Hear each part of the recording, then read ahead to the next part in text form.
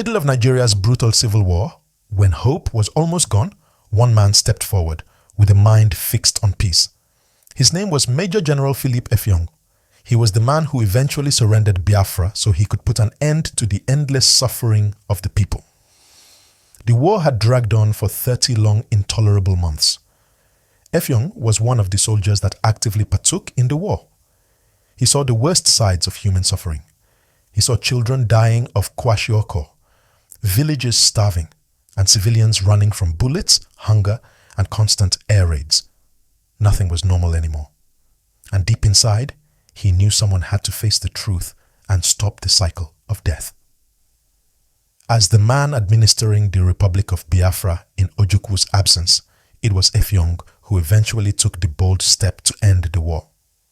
This is the forgotten story of a man who stood alone at one of the most fragile points in Nigeria's history. Long before history pushed him into that role, Philip Effiong was just a young boy from a rural area with dreams bigger than his circumstances.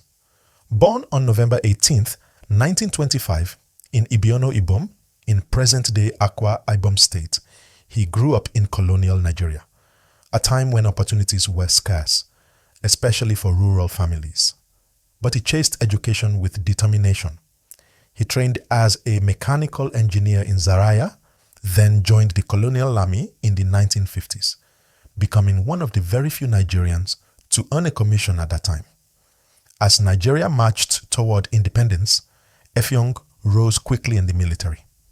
By the early 1960s, he was already one of the highest-ranking officers from the Eastern region.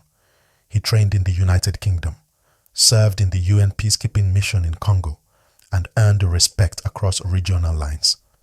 But in Nigeria, ethnic tensions were rising. The military, once neutral, began to fracture along tribal lines. After the 1966 coup and the revenge coup that followed, national unity collapsed. In 1967, things exploded. After the massacre of tens of thousands of Easterners in the north, Lieutenant Colonel Odumegwu Ojukwu declared the Eastern region's secession. He called it the Republic of Biafra.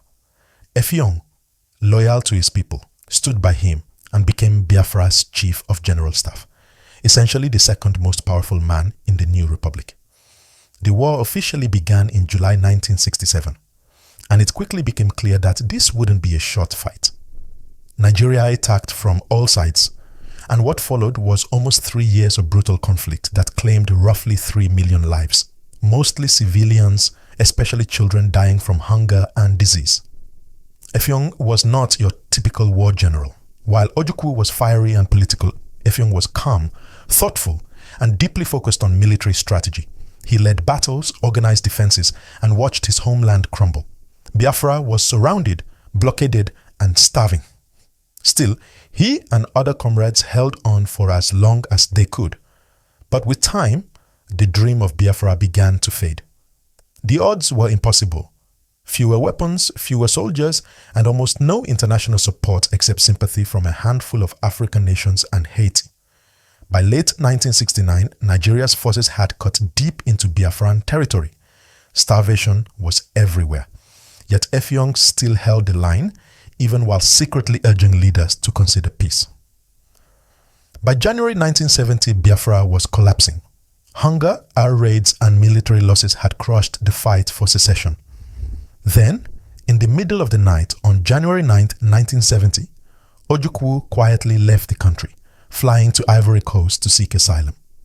Before leaving, he handed the leadership of Biafra to Effiong, the one man he trusted. Just like that, Philip Effiong became the acting head of state of a dying nation. By the time he took over, Biafra was already in ruins. Territory lost, civilians starving, hospitals empty, soldiers worn out. There were no more strategies left. Effiong accepted the truth many refused to say. The war was over. Continuing would only mean more deaths.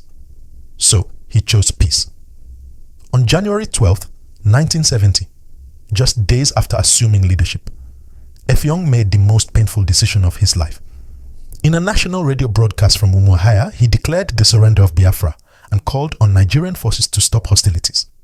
Before making this announcement, he consulted widely with the remaining Biafran leadership to ensure unity.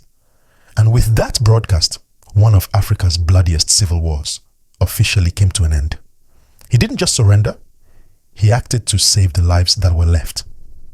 Effiong and the remaining Biafran leaders then traveled to Lagos to meet General Yakubu Gowon and formally surrender. It was a tense, historic moment. Many feared executions or trials, but Gowon kept his promise of no victor, no vanquished, and granted general amnesty. Still, the weight of surrender stayed with Effiong for the rest of his life. He later said, "The price we paid for peace was high, but I would rather be remembered as the man who stopped the war, not the one who prolonged the suffering." After the war, Effiong did not return to power or chase wealth. Instead, he returned to a quiet life. For many years, it felt like he simply disappeared. He settled in Akwa Ibom with his family, living modestly. He never tried to reinvent himself as a political hero or use his role for personal gain.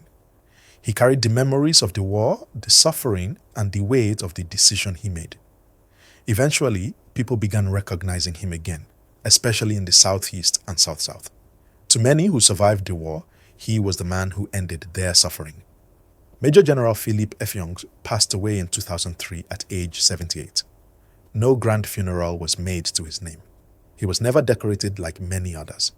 His children, including Professor Philip Effiong Jr. in the United States, keeps the family name alive.